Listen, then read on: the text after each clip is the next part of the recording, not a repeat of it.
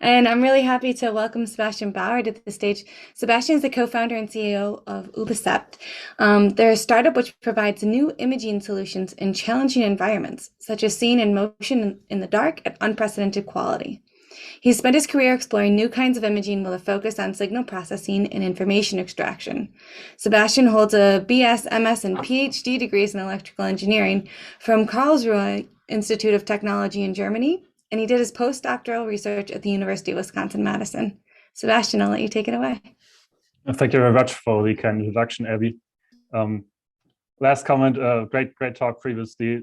I think the fine line between tenacity and stubbornness is there, and it's really difficult to find that out. That's the challenge, I guess.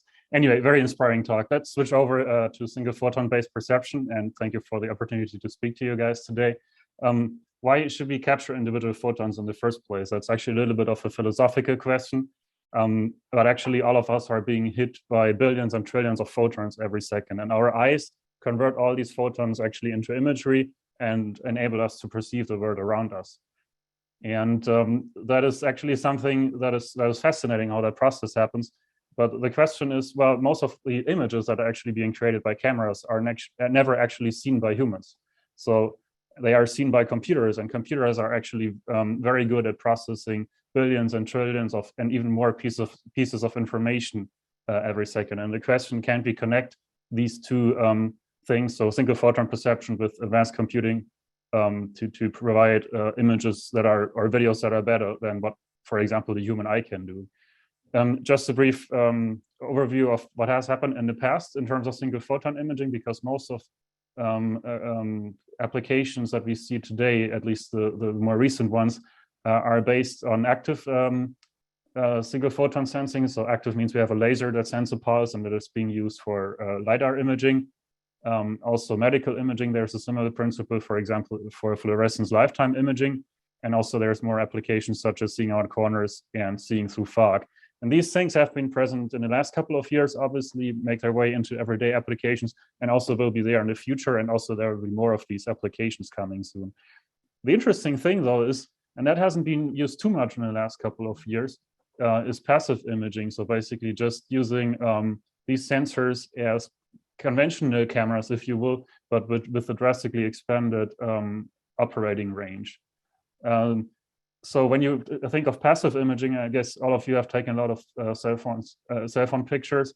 But really what gives us trouble are situations where there's fast motion, situations with low light. So you either usually get a grainy image or a blurred image in low light, and also brightness variations. For example, you have in this image a very bright background, but a dark face, although the room is conventionally lit, so humans could see both these scenes simultaneously. That's an issue for the camera.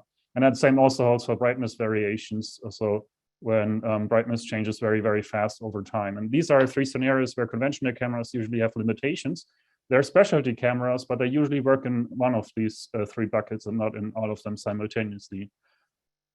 Whereas with single photon perception, actually we are able to resolve all these things, three things simultaneously in the same scenario. So that's an example here. It's a dark room. We don't see much. The lighter is being lit. So that means we have a very fast brightness change from very dark to very bright. And then also there's fast motion. Let me replay the video. You see these sparks fly away, which obviously move very fast. And single photon perception is actually able to resolve that scenario very nicely. Whereas by comparison, this is an S-CMOS camera, a certific CMOS camera, which has trouble adapting to the brightness changes. And even once it does, it's not really able to fully resolve that scenario here. We've talked about the purpose of single photon sensing and why and how you should do it, but the question is what detectors are we going to use? Photomultiplier tubes have been around for almost 100 years, and especially in scientific and academic applications, other classes of single photon sensors have cost tens or hundreds of thousands of dollars or even more in the past. But what I just wanted to point out, which I think is extremely interesting, the iPhone 12 and 13 Pro actually have a LiDAR sensor that uses a single photon sensor with a rather low resolution. So the interesting point here is that these sensors can be manufactured very cheaply at scale.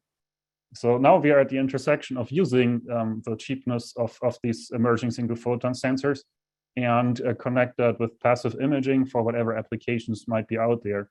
There's a couple of challenges. There's different single photon sensor technologies out there. Some of them are limited by the resolution, others by power consumption, and also by data rate. And while the resolution thing is a hardware issue, obviously, power consumption and data rate likely can be solved with sophisticated processing in the future. With that, I guess time is up. Thank you very much.